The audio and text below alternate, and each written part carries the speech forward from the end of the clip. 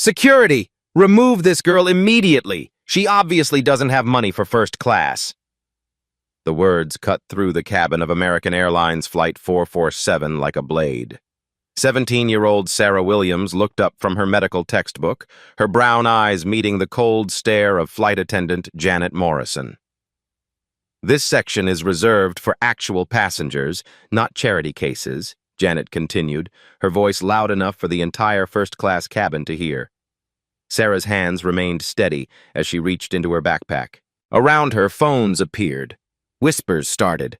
A woman in 3B began live streaming. Janet crossed her arms. Some people need to learn their place. Sarah's fingers found what she was looking for in her bag.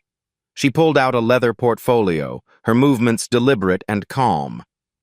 Have you ever been so underestimated that people forgot to check who they were really dealing with? Janet Morrison had been a flight attendant for 12 years. She prided herself on spotting trouble before it started. And this teenager in seat 2A? Definitely trouble.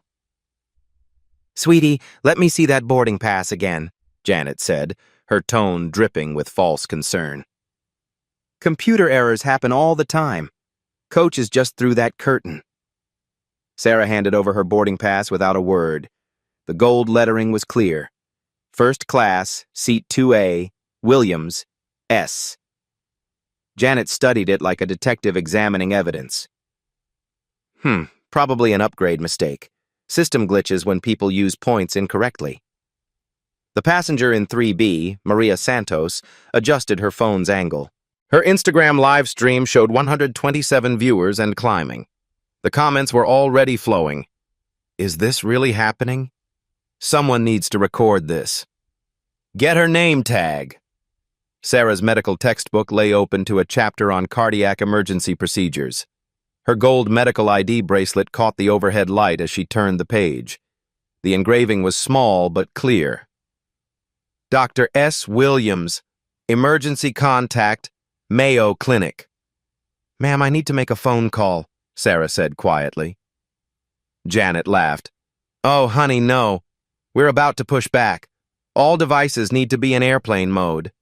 She keyed her radio. This is Janet in first class. I need ground supervisor Mike Torres up here. Passenger situation. The captain's voice crackled over the intercom. Flight attendants, we have departure clearance in 8 minutes. Prepare cabin for pushback. 8 minutes. Sarah opened her phone and scrolled to a contact labeled Dr. Chen, emergency. She pressed call, then immediately ended it. On her screen, a text appeared. Protocol activated, standing by. Janet noticed the phone. Miss, I just told you. It's Doctor, Sarah said softly. And this is a medical emergency notification system. Federal regulations allow emergency communications even during taxi. That wasn't entirely true, but Janet didn't know aviation law well enough to argue. She just huffed and turned to greet the ground supervisor climbing aboard. Mike Torres was everything Janet expected backup to be, tall, authoritative, and completely willing to assume the black teenager was the problem. What's the situation, Janet? Mike asked, not even looking at Sarah. Passenger in first class. Claims her ticket is valid, but... Janet shrugged meaningfully. Mike finally looked at Sarah. She was reading about surgical procedures while wearing what appeared to be hospital identification jewelry. Something felt off, but he'd been doing this job for 15 years. Rich kids with fake IDs weren't uncommon. Miss, we need you to gather your things and move to your assigned seat, Mike said. I am in my assigned seat, Sarah replied, showing her boarding pass again. The live stream viewer count hit 284. Maria Santos whispered into her phone, Y'all, this is getting crazy. They're trying to move this girl just because... Probably stolen, Janet whispered to Mike, loud enough for the nearby passengers to hear. Or bought with points that don't belong to her. Sarah's thumb hovered over another contact in her phone. Board emergency line. She took a deep breath, the kind they taught in medical school when you needed to remain calm during a crisis. Sir, Sarah addressed Mike directly. I'm Dr. Sarah Williams. I'm exactly where I'm supposed to be. but if you'd like to verify, I can provide additional identification. Janet scoffed. Doctor? She's 17. These kids think they can say anything. Mike was getting uncomfortable. The passengers were staring. The live stream was at 412 viewers, and something about the girl's calm confidence was unsettling. Look, let's not make this complicated, Mike said. Just show me some ID that matches the ticket and we can sort this out. Sarah reached into her leather portfolio.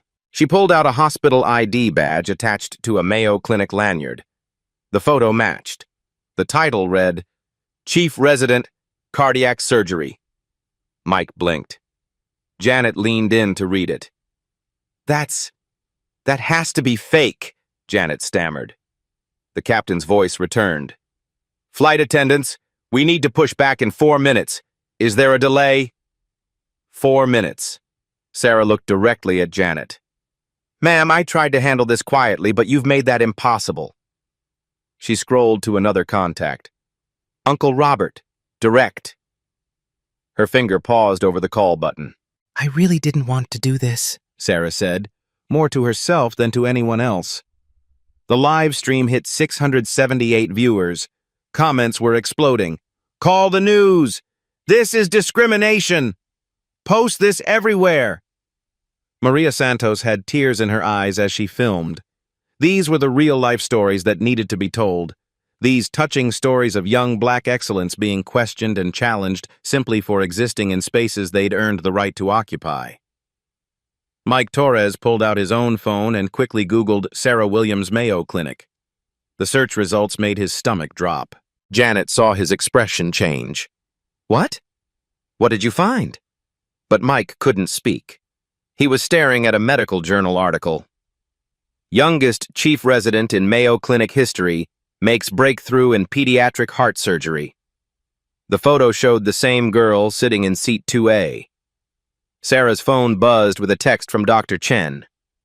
Legal team activated. Document everything. 2 minutes until departure. Sarah looked up at Janet and Mike, both now pale and silent. Last chance to handle this professionally, she said quietly. Janet's radio crackled. All crew, we have a ground stop order. Hold departure indefinitely. The confusion in the captain's voice was obvious. Ground control, please repeat. We were cleared for pushback. Negative flight 447, corporate ground stop. All passengers remain seated.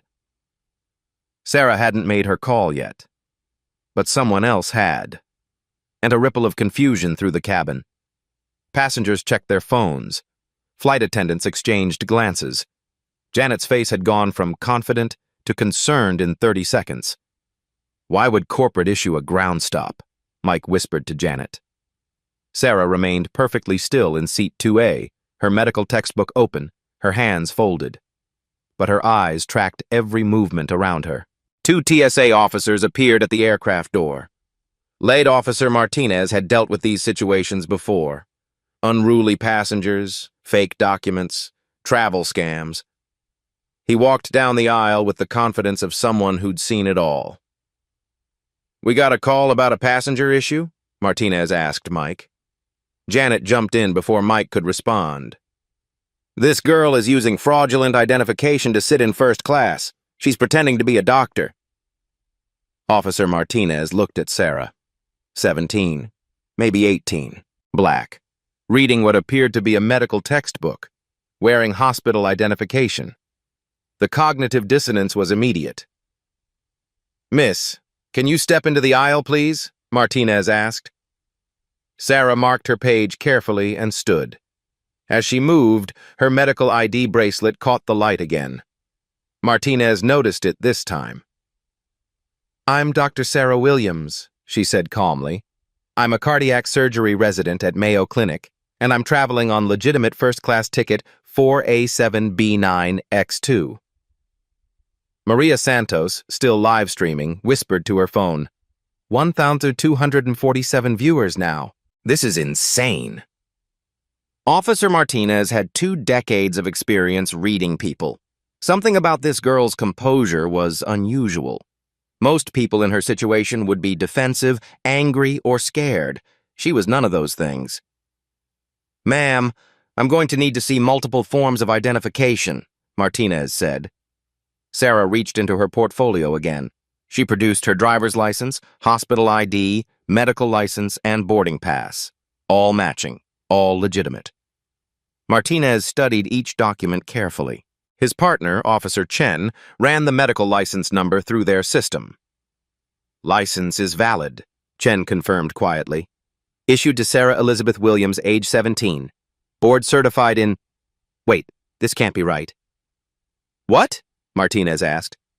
Board certified in cardiac surgery, active medical license, emergency contact listed as Mayo Clinic Administration. Janet felt the blood drain from her face. That's impossible, she's just a kid. The live stream viewers had climbed to 1,789. Comments were flying faster than Maria could read them. This is viral material. Someone tag the airlines. Get this to the news. Black excellence being questioned again. Sarah's phone buzzed.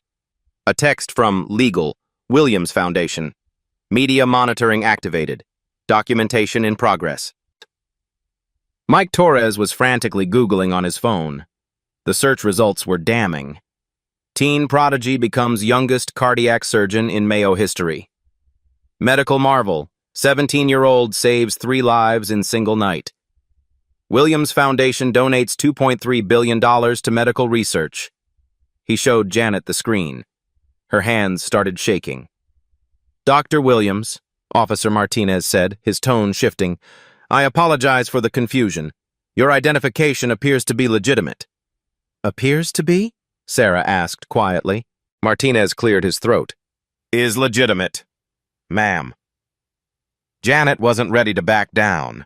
12 years of authority couldn't crumble in 12 minutes. She could have stolen those IDs. Identity theft is sophisticated these days. Sarah looked directly at Janet for the first time since this started.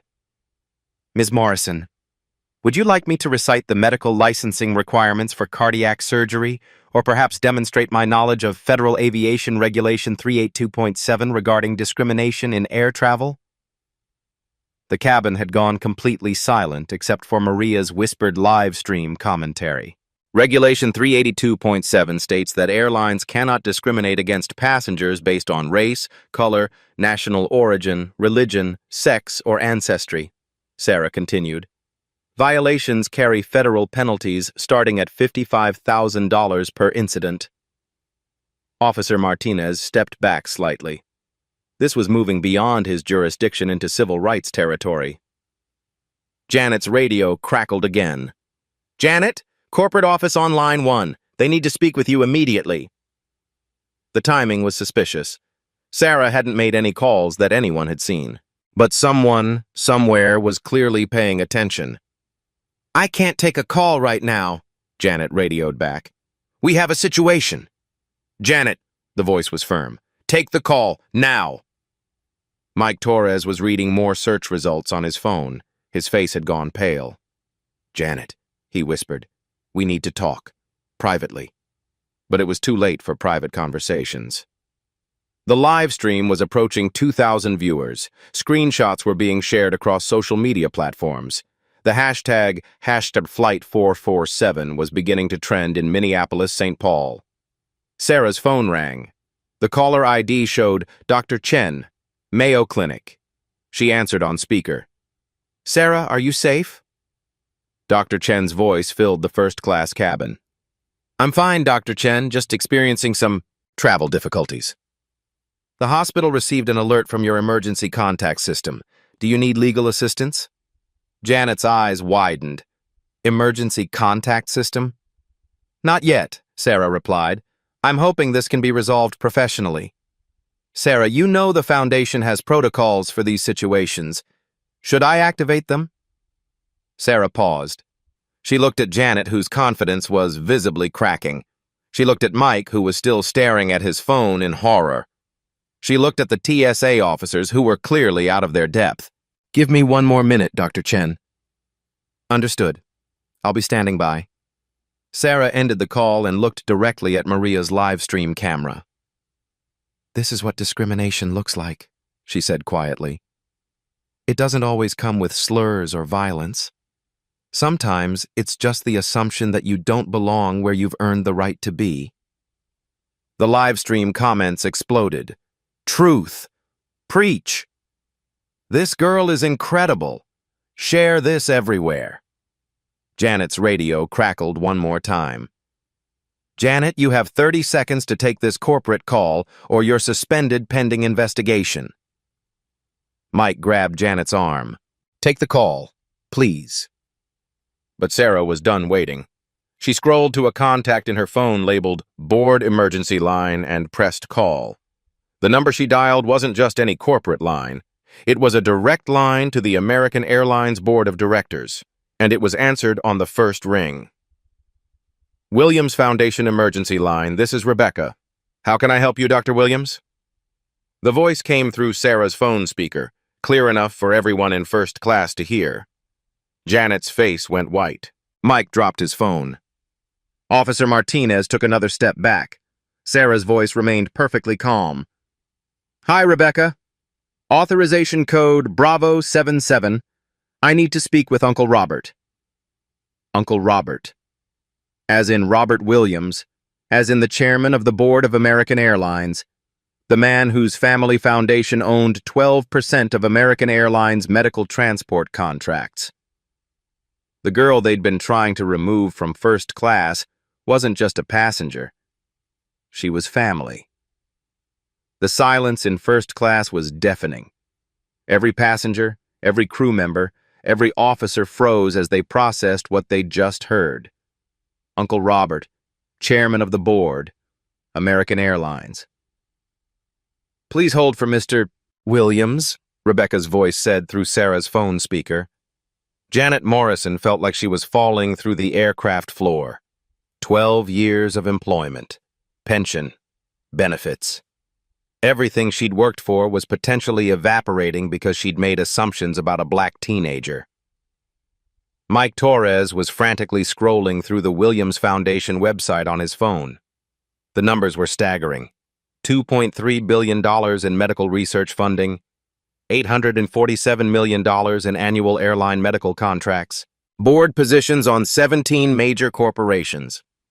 And there, in the Foundation's leadership photos, was Sarah Williams, listed as youngest board member in Foundation history. Officer Martinez whispered to his partner, "We need to step back. This is way above our pay grade." The live stream viewer count hit 2,847.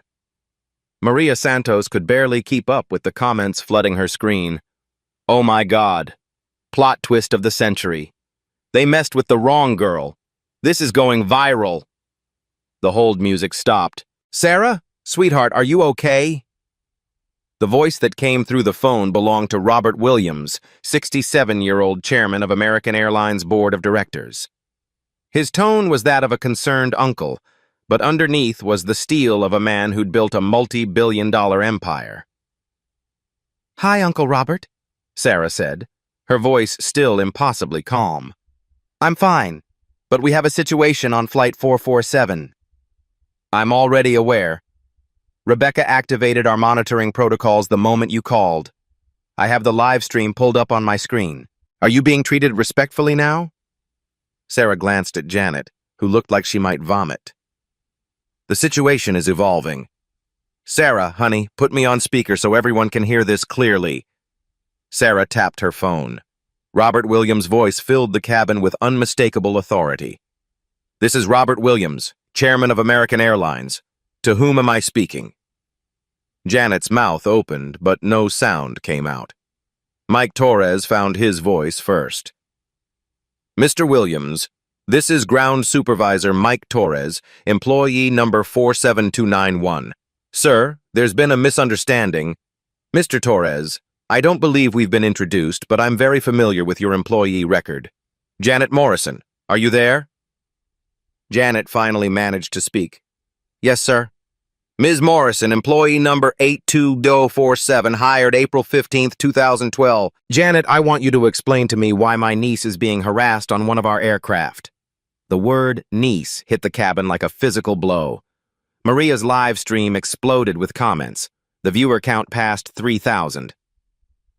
Sir, There was confusion about her ticket validity, Janet stammered. Confusion? Janet, my niece holds a first-class annual pass. She's been flying with us since she was 12. Her ticket was purchased through our corporate family account. Sarah reached into her portfolio and pulled out a black card.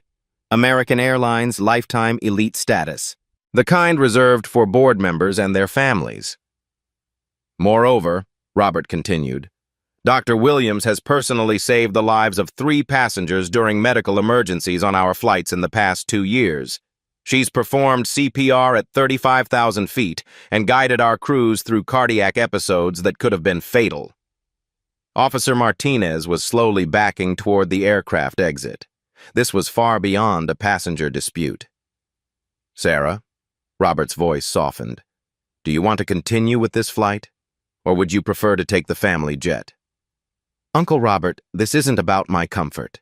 This is about making sure this doesn't happen to other people. I understand. Sarah, are you recording this conversation? The incident is being live-streamed by a passenger. Current viewer count appears to be over 3,000. Mike Torres closed his eyes. A live-streamed conversation with the chairman of the board during a discrimination incident. This was career-ending territory. Excellent, Robert said. Transparency is important. Janet, I want you to understand something. The Williams Foundation provides American Airlines with $847 million annually in medical transport contracts. That's 12% of our specialized services revenue. Janet's knees went weak. She grabbed the seat back for support. But more importantly, Robert continued, my niece represents the future of aviation medicine. She's consulted on our medical emergency protocols. She's trained our crews on cardiac crisis management. She's literally saved lives in our aircraft. Sarah's phone buzzed with a text from Dr. Chen. Hospital legal team standing by. Medical board notified of discrimination incident. Uncle Robert, Sarah said, I need to ask you something on the record. Go ahead, sweetheart. As chairman of American Airlines, what is the company's official policy regarding discrimination based on race, age, or perceived socioeconomic status? Robert's voice became formal, corporate. American Airlines has zero tolerance for discrimination of any kind. Federal law requires equal treatment, regardless of race, color, national origin, religion, sex, or ancestry. Our employees receive annual training on these requirements. Janet felt tears forming. The training she'd skipped, the mandatory diversity sessions she'd rushed through. And what are the consequences for employees who violate these policies? Sarah asked. Immediate suspension pending investigation. Mandatory retraining. Potential termination depending on severity. And the company faces federal penalties starting at $55,000 per incident. The live stream chat was moving so fast it was unreadable. #Flight 447 was trending nationally. News outlets were picking up the story. Sarah, I'm going to handle this personally, Robert said. But first, I want to make sure you're comfortable continuing this flight. I am. But Uncle Robert? Yes? I think Ms. Morrison needs to understand that this isn't about punishment. It's about education. Janet looked up sharply. Was the girl she'd humiliated actually defending her? Janet, Sarah addressed her directly, I don't want you to lose your job. I want you to understand why what happened here was wrong. Janet's tears spilled over. Dr. Williams, I made assumptions, terrible assumptions, based on your age and my race, Sarah finished quietly. Yes, and I was completely wrong. I'm so sorry. The live stream viewer count hit 4,200. Comments were praising Sarah's grace under pressure. This girl has more class than most adults. Teaching moment instead of revenge. This is how you create change. Janet, Robert's voice came through the phone. You're suspended effective immediately pending mandatory bias training. If you complete the program successfully, you can return to duty. Dr. Williams will personally oversee your retraining curriculum. Mike Torres stepped forward. Mr. Williams, I also made assumptions. I should have verified the situation before involving security. Mr. Torres, you'll join Ms. Morrison in the training program, and effective immediately, I want you both to know that American Airlines is implementing a new protocol. Sarah smiled slightly. She knew what was coming. We're launching an app-based discrimination reporting system. Passengers can report incidents directly to corporate executives in real time. No more relying on crew members to self-report their own bias. The implications were staggering. Every discrimination incident would be documented, tracked, and escalated immediately. Furthermore, Robert continued, Dr. Williams will lead our new Dignity in Aviation initiative. She'll train crews on unconscious bias and medical emergency protocols. Sarah's phone showed another text from the foundation. Legal settlement offer prepared. Recommend acceptance and donation to civil rights organization. Uncle Robert, I have one more request. Anything. Every passenger on this flight experienced trauma from witnessing this incident. I'd like them to receive compensation for the delay and the distress they've endured. Maria Santos almost dropped her phone. The girl was asking for compensation for the witnesses? Done. $500 vouchers for every passenger on Flight 447. The cabin erupted in surprised murmurs. Sarah had turned her discrimination into benefit for everyone who'd witnessed it. Sarah, sweetheart, is there anything else you need?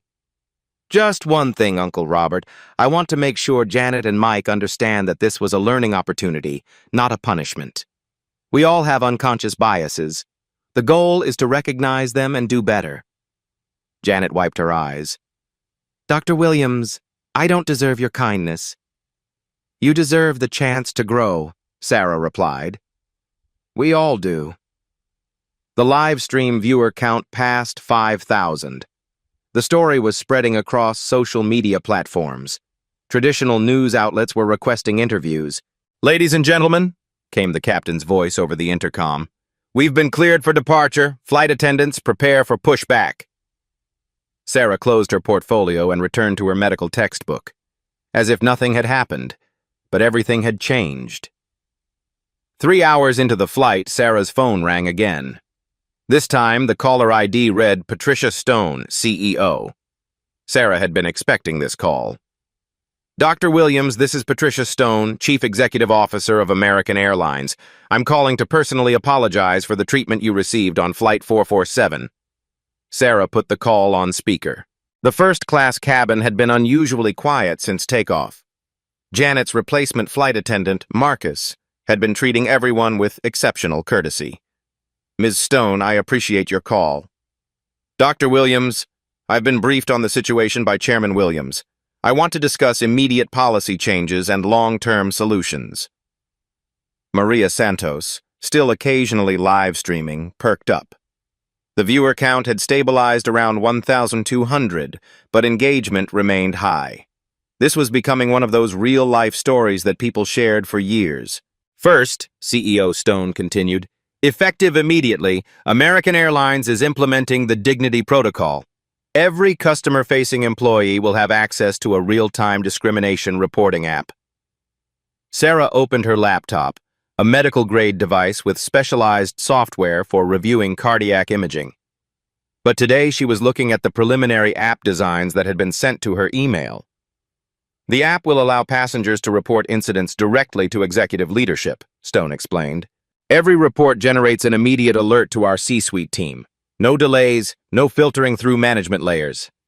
What about false reports? Sarah asked, her medical training making her consider all variables. Good question. The app requires photo or video evidence, witness contact information, and geotagged location data. Fraudulent reports carry legal consequences under federal communication laws. Mike Torres, who had been quietly sitting in jump seat since the incident, was taking notes. His mandatory training would begin in 48 hours, but he was already trying to understand where he'd gone wrong. Ms. Stone, Sarah said, what about the training component? I'm glad you asked. We're partnering with the Williams Foundation to develop a comprehensive bias recognition program. 8 hours of initial training followed by quarterly refresher sessions. The numbers were significant. American Airlines employed 133,000 people globally. 8 hours of training per employee represented over 1 million hours of bias education, the largest corporate initiative of its kind in aviation history. The training will cover unconscious bias, de-escalation techniques, and cultural competency, Stone continued. But more importantly, it will include real scenarios, role-playing exercises based on actual incidents. Sarah's phone buzzed with a text from her Uncle Robert. Legal team has prepared settlement offer, $75,000 plus program funding. Recommend acceptance. Sarah had already decided what to do with any settlement money. The NAACP Legal Defense Fund could use it more than she could. Ms. Stone, I want to discuss the financial impact of these changes. Of course. The initial training program will cost approximately $12.8 million. The app development and maintenance will run $3.2 million annually. But we project savings of $45 million per year in discrimination settlements and legal fees. The mathematics of discrimination were stark. It was cheaper to prevent bias than to settle lawsuits. More importantly, Stone added, we're projecting increased customer satisfaction scores and improved employee retention rates. Discrimination incidents create hostile work environments for everyone. Maria's live stream comments were engaging with the corporate transparency. Never seen a CEO admit costs like this. This is actual accountability. Other airlines taking notes. Sarah's medical pager buzzed. An emergency at Mayo Clinic. She glanced at it. Code Blue, Pediatric ICU. Someone else would handle it. Dr. Chen had arranged coverage for her travel days. Ms. Stone, what about industry-wide changes? Already in motion. We're sharing our training protocols with Delta, United, and Southwest. The FAA is considering federal discrimination reporting requirements for all airlines. The ripple effects were expanding beyond American Airlines. One incident on Flight 447 was potentially changing how 2.5 million aviation employees worldwide approached customer service. Dr. Williams, I want to discuss your role in these changes. Sarah had been expecting this too. Medical residents didn't typically consult for major corporations, but her situation was unique. We'd like to offer you a position as chief consultant for medical ethics and passenger dignity. The role would be part-time, compatible with your residency schedule. The offer was substantial. $150,000 annually, plus travel allowances, plus research funding for bias studies in medical settings. The position would involve developing training materials, consulting on policy changes, and serving as our liaison to medical organizations worldwide. Sarah considered it. Medical school debt was significant, even for someone from a wealthy family. But more importantly, the role could create systemic change across multiple industries. I'm interested, Sarah said, but I have conditions. I'm listening. First, all training materials must be peer-reviewed by medical ethics experts and civil rights organizations. Second, the program must include measurable outcomes, not just training completion, but actual behavior change metrics. CEO Stone was quiet for a moment. Those are excellent conditions. Agreed. Third, other airlines must have free access to our training materials. This can't be a competitive advantage. It needs to be an industry standard. Maria's live stream viewers were watching corporate policy being negotiated in real time. The transparency was unprecedented. Dr. Williams, that's unusually generous. Ms. Stone, discrimination isn't a business problem, it's a human problem. Market solutions won't fix systemic bias. The captain's voice came over the intercom. Ladies and gentlemen, we're beginning our descent into Los Angeles. Flight attendants, please prepare the cabin for landing. Sarah looked around first class. Every passenger had been watching this conversation unfold. These were the touching stories that people would tell their families, their friends, their colleagues. Ms. Stone, one final request. Yes? Janet Morrison and Mike Torres. I want them in the first training cohort, not as punishment, but as case studies. Their experience today, their honest reactions and learning process, that needs to be part of the training. Janet, listening from the galley where she was reviewing termination paperwork, started crying again. The girl she'd discriminated against was advocating for her inclusion in recovery programs. "Dr. Williams," CEO Stone said, "in my 23 years in corporate leadership, I've never seen someone turn personal trauma into systematic reform so effectively." "I learned it from my patients," Sarah replied. "When someone's heart stops, you don't blame them for the failure. You fix the system that caused it." The plane touched down at LAX.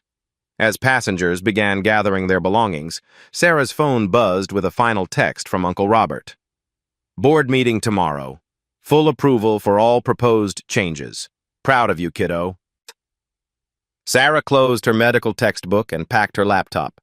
In 3 hours, she'd be back at Mayo Clinic, reviewing surgical schedules and patient charts. But first, she had a discrimination settlement to donate and a new consulting contract to review. Maria Santos ended her live stream after 4 hours and 47 minutes of coverage. Final viewer count, 8,743. Total engagement, 127,000 comments. Hashtag Flight Forward 47 had reached 2.3 million social media impressions. But the real impact wouldn't be measured in views or clicks. It would be measured in the airline employees who thought twice before making assumptions. In the passengers who felt safe to report discrimination. In the systematic changes that made air travel more dignified for everyone. As Sarah gathered her things, Janet approached her. "Dr. Williams, I know I don't deserve to ask, but would you be willing to personally conduct my bias training?" Sarah looked at Janet, really looked at her. She saw fear, shame, but also genuine desire to change. "Yes," Sarah said simply. "We all have more to learn." 6 months later, the changes were undeniable. Janet Morrison stood in front of 40 American Airlines employees at the company's training facility in Dallas. She wore a name tag that read, "Bias Training Coordinator," alongside her employee number, the same number she'd nearly lost on Flight 447. "My name is Janet Morrison," she began, "and I discriminated against a black teenager because I made assumptions about who belonged in first class." The room was silent. These were real-life stories that cut deep, raw, honest accounts of how unconscious bias manifested in everyday interactions. Dr. Sarah Williams was 17 years old, a cardiac surgery resident, and the niece of our board chairman. But even if she'd been none of those things, I was wrong to treat her differently because of her race and age. Janet had completed 127 hours of bias training, diversity education, and conflict resolution courses. She'd read books, attended seminars, and worked with civil rights organizations. The transformation wasn't just professional, it was personal. The Dignity Protocol app has received 2,847 reports in 6 months, Janet continued. 43% were found to be valid discrimination incidents. Every single one was addressed within 24 hours. The numbers told the story of systematic change. Discrimination incidents at American Airlines had dropped 67% since the Flight 447 incident. Other airlines implementing similar programs showed comparable improvements. Mike Torres had been promoted to Regional Diversity Coordinator. His first-hand experience with unconscious bias made him uniquely qualified to train other supervisors on recognizing and addressing discrimination. "The app doesn't just document problems," Mike explained to his training group. "It creates accountability. When passengers can report directly to executive leadership, employees think twice before making assumptions." Dr. Sarah Williams had completed her first year as chief consultant for medical ethics and passenger dignity while maintaining her surgical residency. Her dual expertise in medicine and discrimination had created new protocols for passenger medical emergencies and bias response. She'd also donated her $75,000 settlement to the NAACP Legal Defense Fund, specifically earmarked for transportation discrimination cases. "Medical emergencies don't discriminate," Sarah told a conference of airline medical directors. "A heart attack looks the same regardless of the patient's race, age, or perceived social status. Our emergency response protocols need to reflect that reality. Her work had expanded beyond airlines. Hospitals, hotels, and retail chains were adopting modified versions of the Dignity Protocol. The Williams Foundation had funded $12.8 million in bias research across multiple industries. Maria Santos, the passenger who'd live-streamed the original incident, had become an inadvertent documentary filmmaker. Her Flight 447 video had reached 4.3 million views across platforms. She'd used the attention to highlight other discrimination incidents and create a social media community focused on civil rights advocacy. "People ask me why I kept filming," Maria said in a follow-up interview. "But these touching stories need witnesses. Black stories, specifically Black excellence stories, get questioned and diminished. Documentation protects truth." The Dignity Protocol app had been downloaded 847,000 times. Passengers across all major airlines could now report discrimination incidents with photo evidence, witness statements, and real-time location data. Federal Aviation Administration officials were considering mandatory bias reporting for all airlines. The Flight 447 incident had reached congressional attention, leading to proposed legislation requiring discrimination training for all transportation employees. "One teenager's courage changed an entire industry," said Congresswoman Angela Davis during House Transportation Committee hearings. "This is how systematic reform happens: one incident, properly documented and courageously addressed." Janet's personal transformation extended beyond her job. She'd begun volunteering at community centers, mentoring young people about bias recognition. Her own children had started asking different questions about race and privilege. "I used to think I wasn't racist because I didn't use slurs or join hate groups," Janet reflected during a diversity workshop. "But I learned that unconscious bias can be just as harmful. Assumptions based on appearance, age, or perceived social status, those create discriminatory outcomes even without intentional malice." Mike Torres had implemented bias interruption training for all supervisory staff. When discrimination incidents occurred, supervisors were required to pause, assess their assumptions, and verify facts before taking action. "The goal isn't perfection," Mike explained. "It's recognition and correction. We all have biases. The difference is whether we act on them without examination." Dr. Sarah Williams had returned to Flight 447's exact route 6 months later, a symbolic gesture that hadn't gone unnoticed by airline staff. She'd been greeted by name, treated with respect, and thanked for her contributions to policy reform. But more importantly, she'd observed other passengers receiving the same respectful treatment regardless of age, race, or appearance. "Systematic change requires individual accountability," Sarah noted in her quarterly report to American Airlines executives. "But it also requires structural support. Apps, training, policies. These create frameworks for better behavior."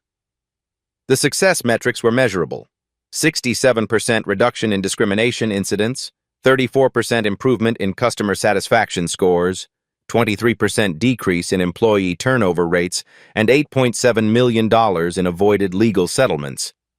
But the real victory was harder to quantify.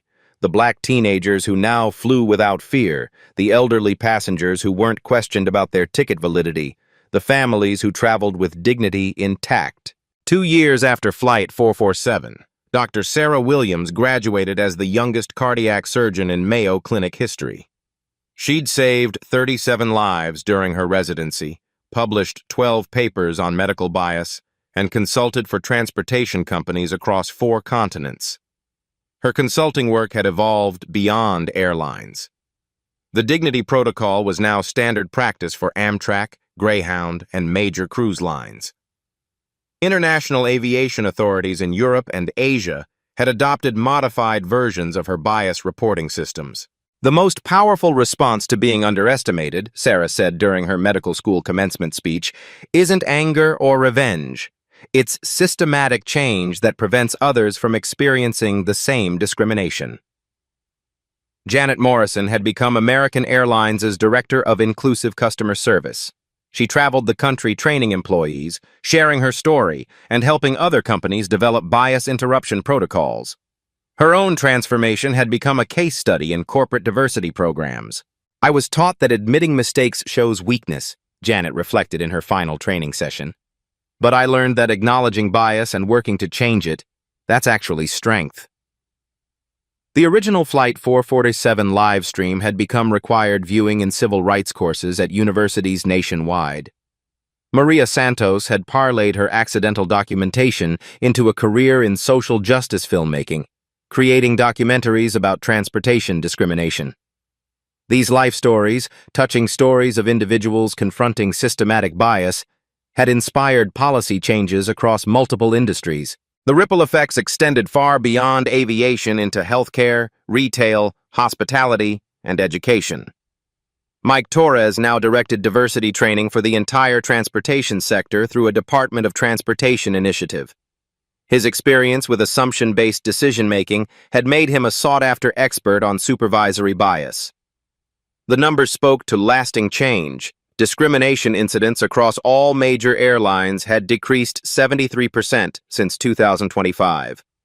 The Dignity Protocol app had processed over 127,000 reports, leading to policy changes at 847 transportation companies worldwide. But the real legacy wasn't measured in statistics. It was measured in the Black medical students who now traveled to conferences without fear of being questioned. In the young professionals who sat in first class, knowing their achievements would be respected. In the families who flew together with dignity intact.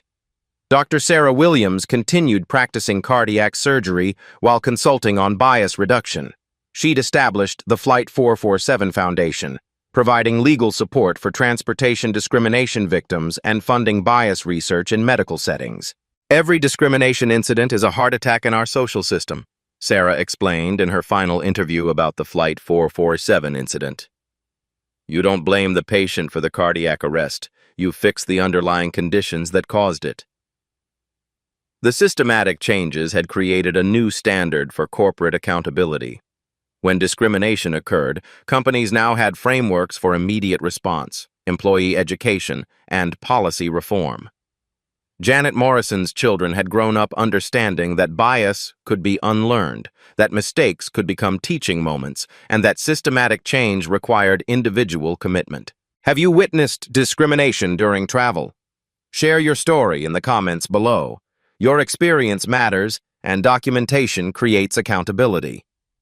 Download airline apps that include discrimination reporting features. Use them when you witness bias.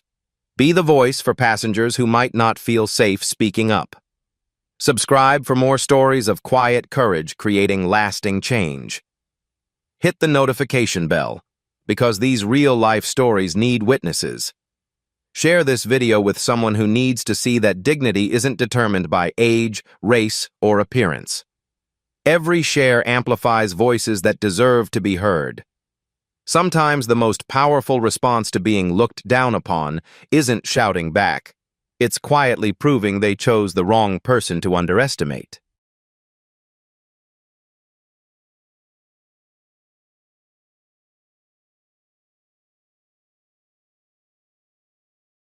This isn't the end of the story.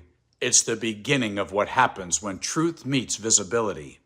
At Beat Stories, we believe exposure is the first step to transformation. Subscribe and stay tuned, because the next story might be yours.